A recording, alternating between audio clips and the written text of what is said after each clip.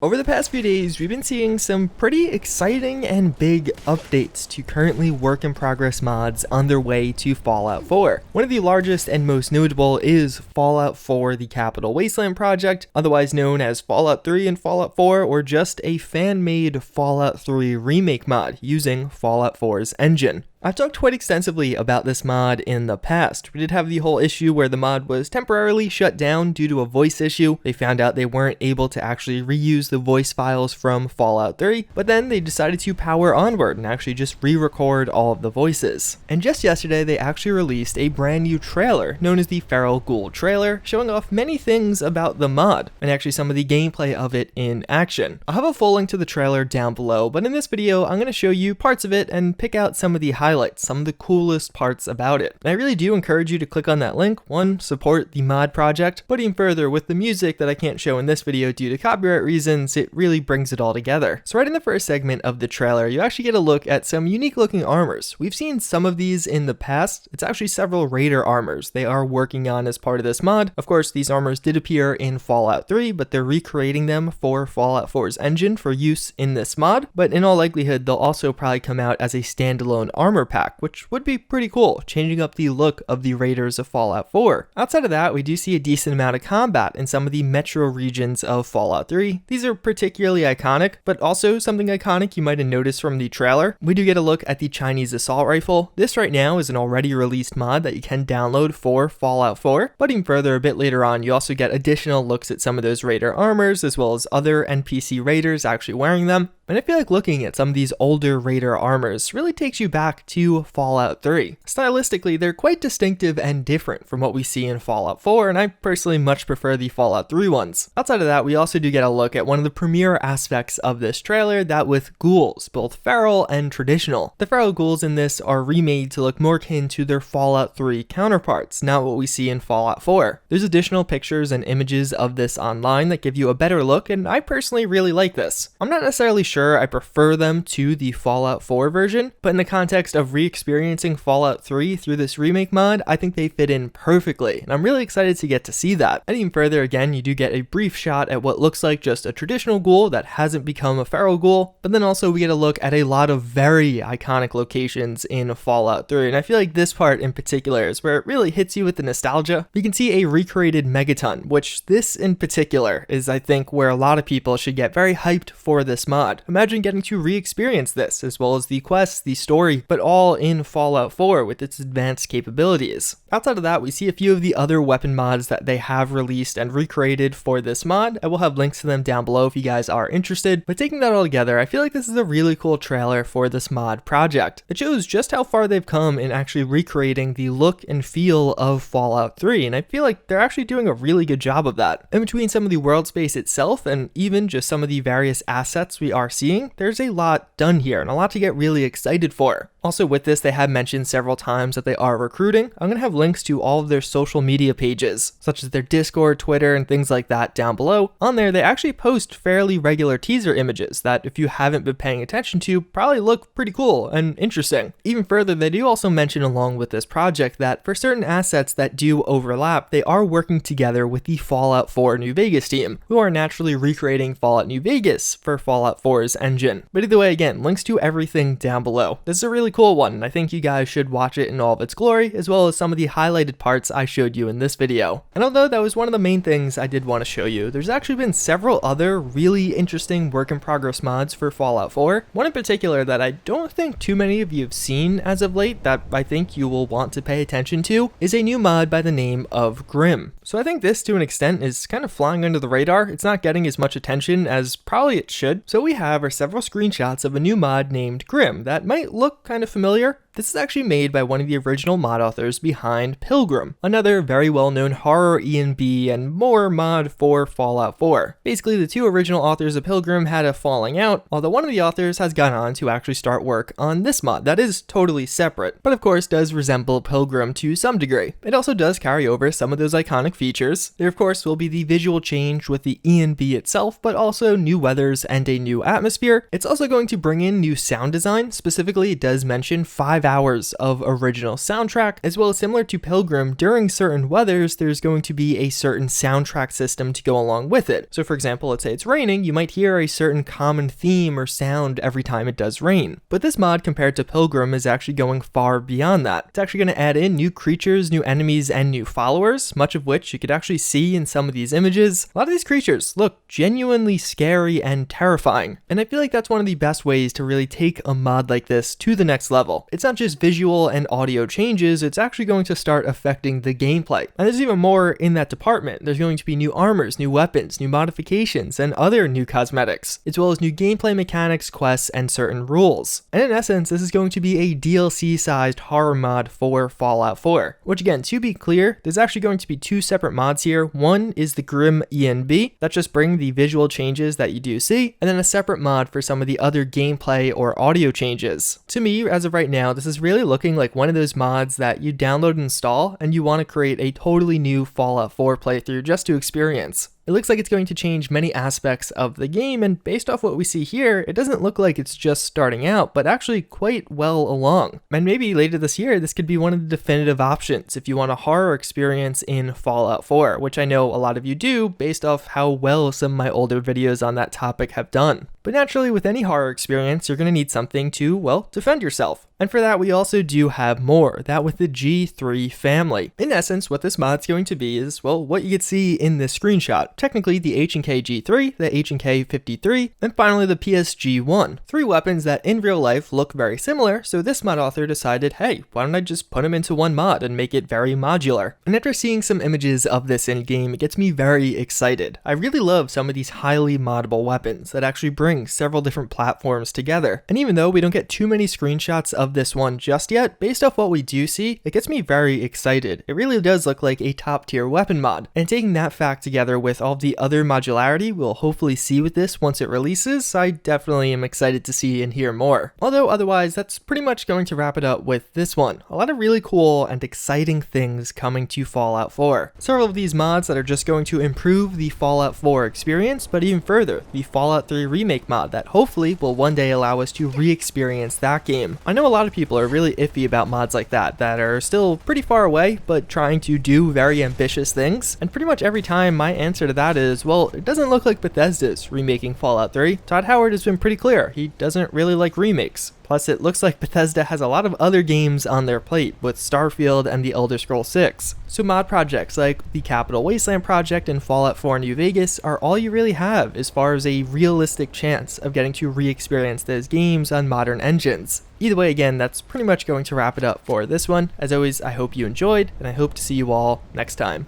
Later.